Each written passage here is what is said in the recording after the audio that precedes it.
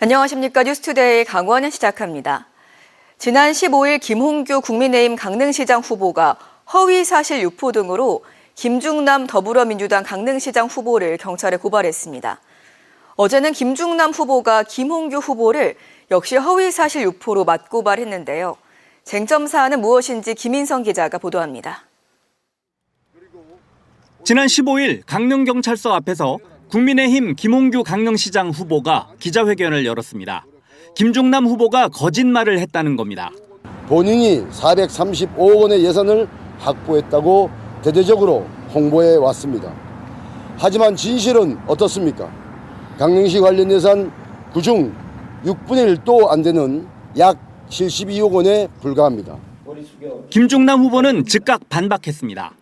영동구 전체라고 국회에서 이미 발표했고 당대표 정청래 당대표가 강릉에 와서 이거 관련된 브리핑을 또 별도로 보고회를 했고 저희들도 법적 대응을 준비하겠습니다. 어쩔 수가 없습니다.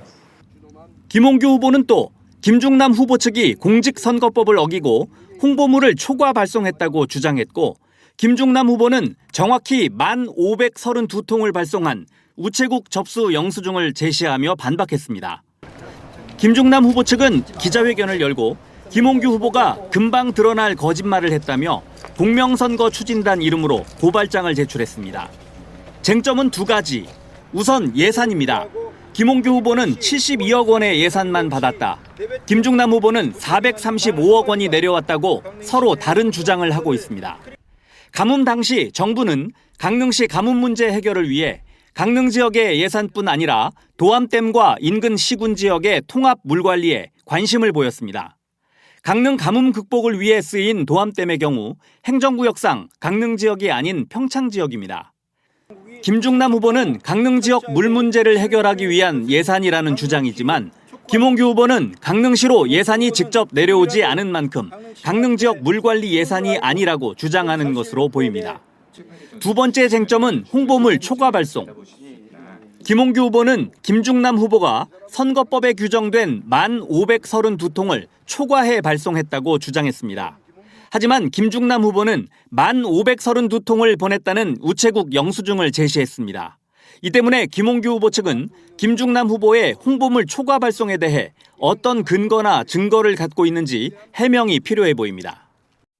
기초적인 사실관계조차 확인하지 않은 명백한 허위사실 유포이며 신성한 강릉 시민의 선택권을 방해하는 저열한 흑색 선전일 뿐입니다. 취재팀은 김홍규 후보 캠프 관계자와 후보자 본인에게 여러 차례 인터뷰 또는 전화 인터뷰를 요청했지만 응하지 않았습니다. MBC 뉴스 김인성입니다. 6.3 지방선거에 강원도에서는 490명의 후보가 등록을 마치고 오는 21일부터 본격적인 공식 선거운동에 돌입합니다. 이번 선거에 출마하는 후보자들의 면면을 이병선 기자가 분석했습니다.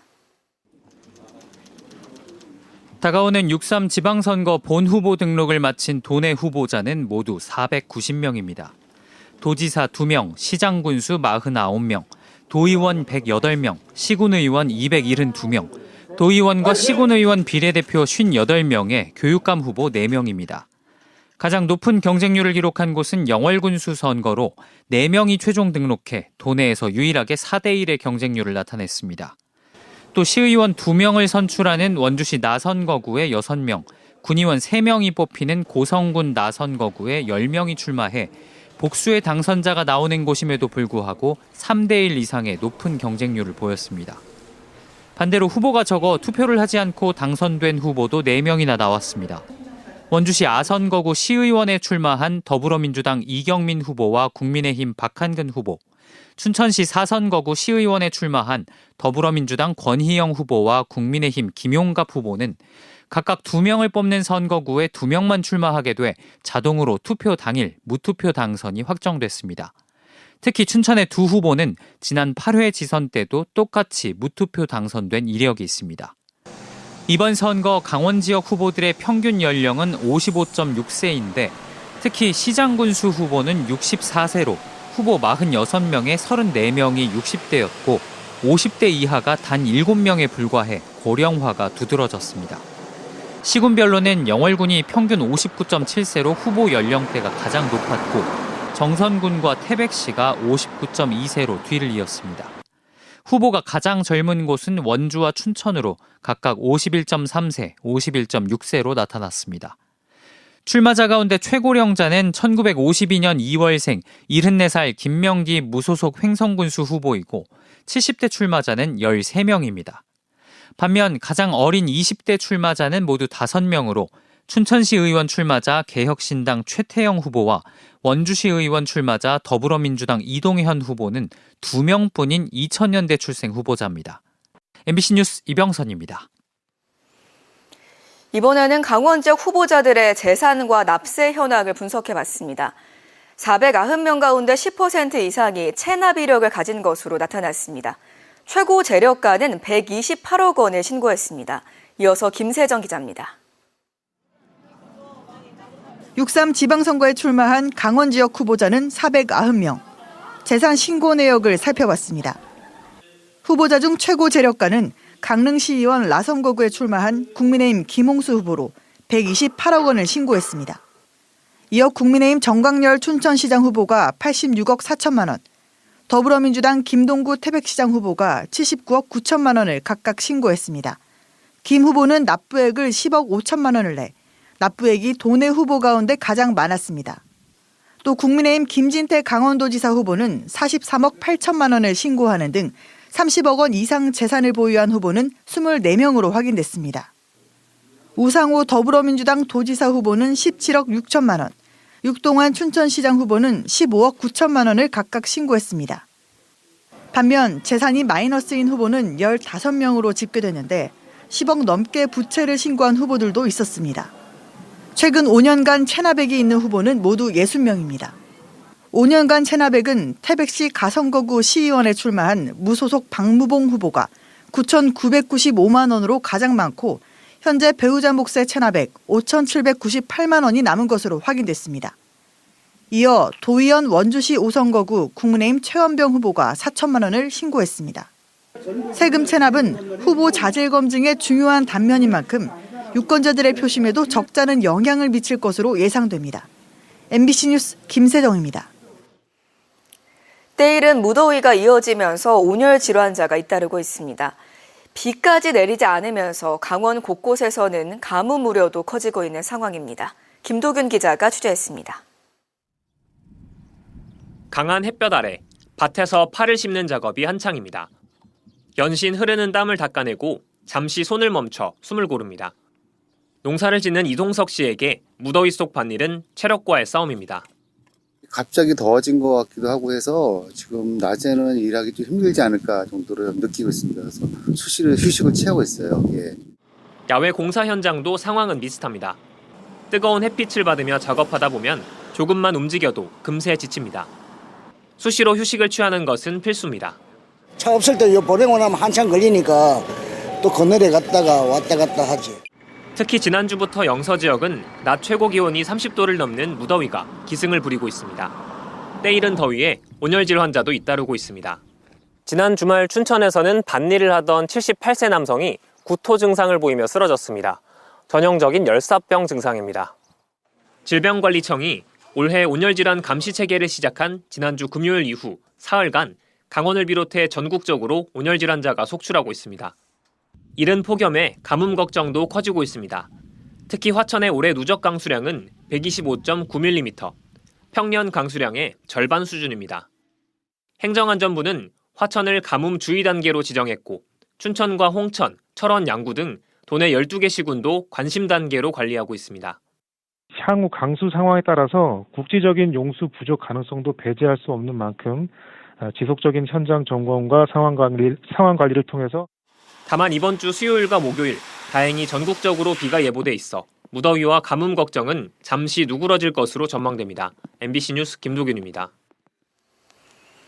MBC가 보도한 신경호 교육감 후보 강릉 숙소 무료 이용 의혹과 관련해 강원시민단체가 신 후보를 공직선거법 위반 혐의로 강원경찰청에 고발했습니다. 춘천시민연대와 비리교육감 퇴출 강원의 시민운동본부는 어제 경찰청 앞에서 기자회견을 열고 신 후보가 지난달 강릉 유세 중 1박에 수십만 원대 풀빌라를 무료로 이용하고 추후 문제가 될 것을 우려해 이 사실을 알고 있는 사람들을 회유했다는 녹취록 등을 볼 때 이는 고의적 조직적 불법 기부 행위, 재산상 이익 제공에 해당할 가능성이 매우 높다고 주장했습니다. 또 식사비 대납 의혹 등도 언급하며 선관위와 수사기관의 철저하고 조속한 수사가 필요하다고 촉구했습니다. 국민의힘 강원도당이 어제 도당에서 선거대책위원회 발대식과 공천자 대회를 열고 당 소속 후보들의 당선을 위한 총력전에 돌입했습니다. 이철규 도당위원장과 송원석 원내대표, 지역 국회의원들과 지방선거 출마자 등 50여 명이 참석한 가운데 열린 발대식에선 중앙당 차원의 압도적인 지지와 전폭적인 지원을 보냈습니다. 이어 김진태 강원도지사 후보와 서흥원 양구군수 후보, 김홍규 강릉시장 후보 등에게 공천장을 수여했습니다. 교통 사망사고 위험이 큰 삼척시 도계읍 건의령 도로에서 무인 구간 단속이 시행됩니다.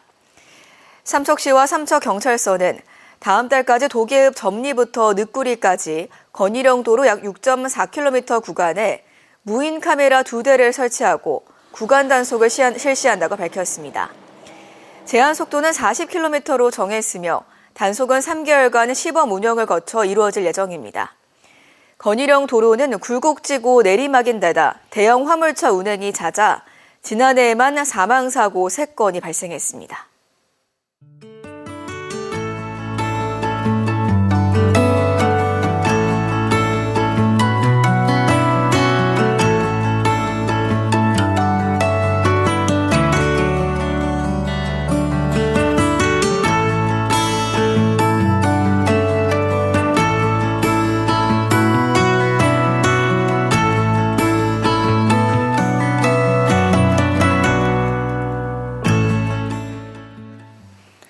강원 지역 수소산업 육성을 위한 수소 저장 운송 클러스터 핵심 기반 시설이 다음 달 착공에 들어갑니다. 강원도는 산업진흥센터와 안전성시험센터, 시스템 실증센터와 관련해 현재 조달 계약 절차를 진행 중이고 시공사 선정과 감리 용역 계약이 마무리되는 대로 착공을 시작한다고 밝혔습니다. 이 시설들은 부평 제2일반산업단지 내에 연면적 9,618제곱미터 규모로 조성되고 건축물 3개 동과 38종의 설비 장비가 구축될 예정입니다. 영화 왕과 사는 남자 특수를 누리고 있는 영월의 대표 관광지 장릉과 청룡포의 올해 방문객이 작년 연간 관광객의 2배를 넘어섰습니다. 이상으로 강원 뉴스 마칩니다. 함께해 주신 여러분 고맙습니다.